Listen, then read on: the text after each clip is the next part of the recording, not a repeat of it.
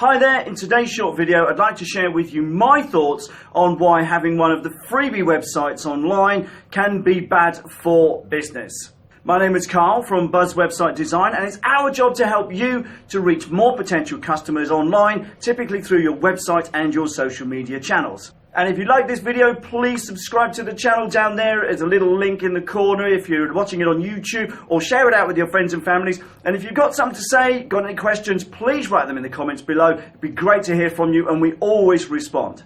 So, what about these free websites? Now, in principle, I've nothing against getting something for nothing. When you're starting a business, having keeping costs as low as possible is absolutely paramount. So a lot of people end up getting a website from your likes of your 101 and your Wix and your Foursquare and other places like that.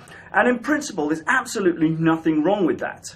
In fact, when I'm working with startups, I often say to them, look, if you can't afford a website, go and get a free one and do your best to make it work for you. Simply because you need to keep costs down, and getting something out there, whilst it might not be perfect, is better than having nothing. But when you start getting up and running in your business, we found that clients quickly come up with reasons why having a free website isn't such a good idea. The first one is that many of the freebie websites have limited functionality.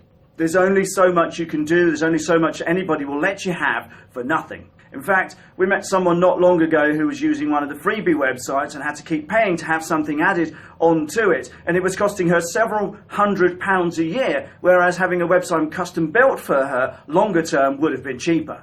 Another big deal on the free websites is it's often very difficult to get good SEO on the site. In other words, search engine optimization, doing the things to let the search engines know what the site is all about and what these pages and posts, etc. on your website should be ranked for in the search results.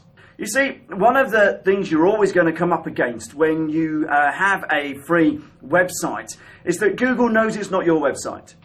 And Google is all about establishing credibility online. And if you've got a Wix website, a 101, a GoDaddy, a Foursquare or Squarespace or whatever it is, or even a WordPress.com website, Google will know that it doesn't belong to you, and they know that you're only renting that space. So, with that in mind, you're going to find it very, very difficult to get any traction or real positioning in the search engines if you don't own your website, if you've got a freebie website. It's a great place to start, but it's not a great place to stay, especially if winning in the search engines is going to be important to your business going forward. You see, one of the markers with Google in the search engines is that you are a credible, viable business online. And if you've got a freebie website, they can't actually say that legitimately, because anyone can get a free website to sell or market just about anything. But it takes a bit more effort and usually a bit of investment to get yourself a properly hosted, fully built website.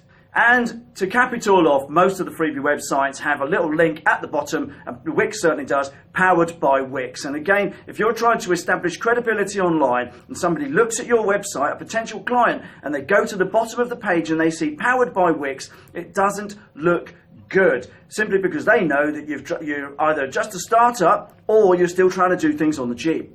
Now, as I said early on, I've got no objection to any of these freebie websites, and if your budget is tight, by all means go and get one. Start there. But I would urge you, as soon as you possibly can, to get your own properly built, properly hosted, standalone website that belongs to you. And that's another point. If you don't own your website, if say one of the freebie offerings do, and they don't like what you put on there, they could close it down without your permission, no accountability whatsoever, and that's it. You have to start again. So anyway, just to recap, the free websites are great to get started. Don't stay there. You're going to struggle with functionality, you're likely to struggle with SEO, and you'll certainly struggle with the search engines simply because Google will know that it's not your website. And for establishing credibility, which for a lot of businesses is what having a website is all about, having powered by Wix at the bottom of your website or powered by WordPress.com at your bottom of your website is never a good look. Now, obviously, you might say, we're in the business of building websites. Of course, I'd say this because I'm perhaps biased, but I just want what's best for you. You know, if you want a free website, do it. I won't be heartbroken. But I'm just trying to point out the pitfalls long term of having your website on one of the free ones. But if you have any questions or comments on this, please write them below. It would be good to hear your thoughts, and I promise that we will respond. But that's enough from me. Hope you've learned something. Go out there and do it. Thanks a lot, and bye for now.